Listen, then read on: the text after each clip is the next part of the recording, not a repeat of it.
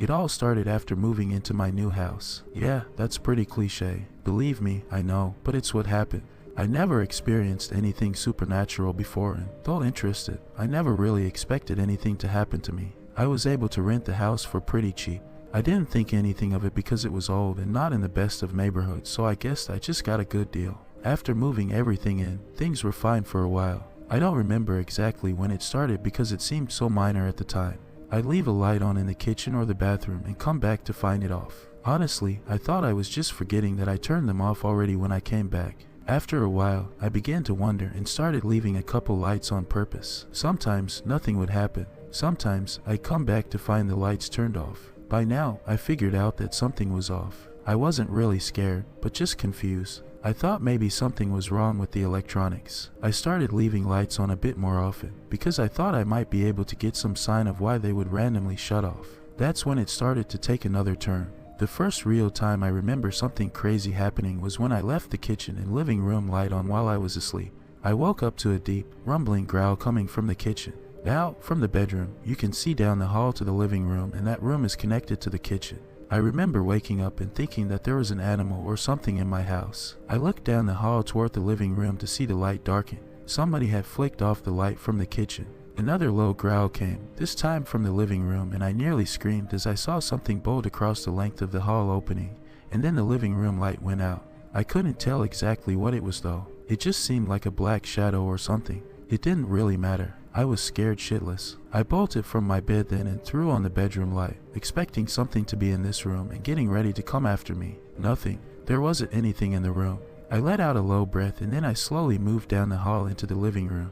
Once I got to the end, I practically ran to throw on the light switch there. Again, nothing. Kitchen next and once again, nothing. I was starting to think I dreamed all of it before I went to turn off the kitchen light and stopped. Now, I was a grown man, but here I was terrified to turn off that switch. And I'll admit it, I slept with all the lights on that night. That was a mistake. When I woke up the next morning, all the lights were off once again. I went to push myself out of bed and winced as my body felt sore. I pulled the sheets off to see long red marks running down along my legs and arms. It looked like something scratched me in the night. That terrified the hell out of me, but not nearly so much as what I saw around the house. Every light I left on was smashed. Every light bulb that was on last night was broken. Every lamp knocked over and smashed in. My breath caught in my throat as I looked around. Something was fucked up as hell here, and something tried to well do something to me. I called in for work that day and went to immediately replace all the lights. I didn't know what to do then. I thought about leaving, and I know this probably sounds stupid, but this was my home. It was my first time away from my family and this was my home. I couldn't give it up, so I stayed. Even as it got worse. Even though I was beginning to become terrified of the dark, I couldn't really sleep with the light on me at night in the bedroom. I'd leave other lights on though, like in the hall or the living room, giving myself enough to see pretty well in my darker room. And almost every night, I'd wake up in the middle of the night to hear something growling and prowling around the living room, and then the lights would shut off. I didn't want to go look. I was terrified at the thought of being in the same room with whatever was in there. So I curled up in bed and prayed it never came in. One night, after this went on for a while, I had it. I bought a gun and turned on every light in the house. Then I sat down in the middle of the living room with my gun in my lap and a baseball bat sitting next to me. I waited. There was nothing at first for a long time. At around 2 in the morning, I began to hear it.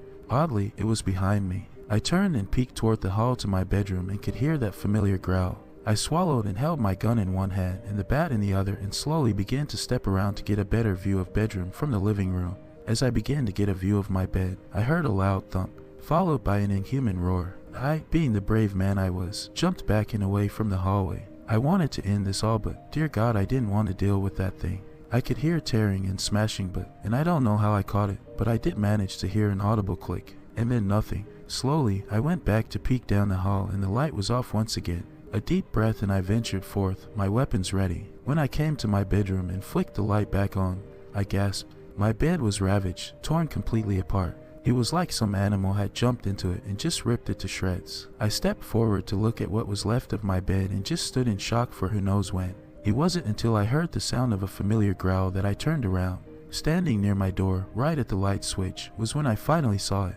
It was a man, a white and rotting man with a mangled body that looked like he had once been a dog's chew toy staring at me. I was too in shock to even raise my weapons. He stared at me for just a moment and then flicked off the light. I screamed. I'm not even ashamed to admit it. I screamed and bolted.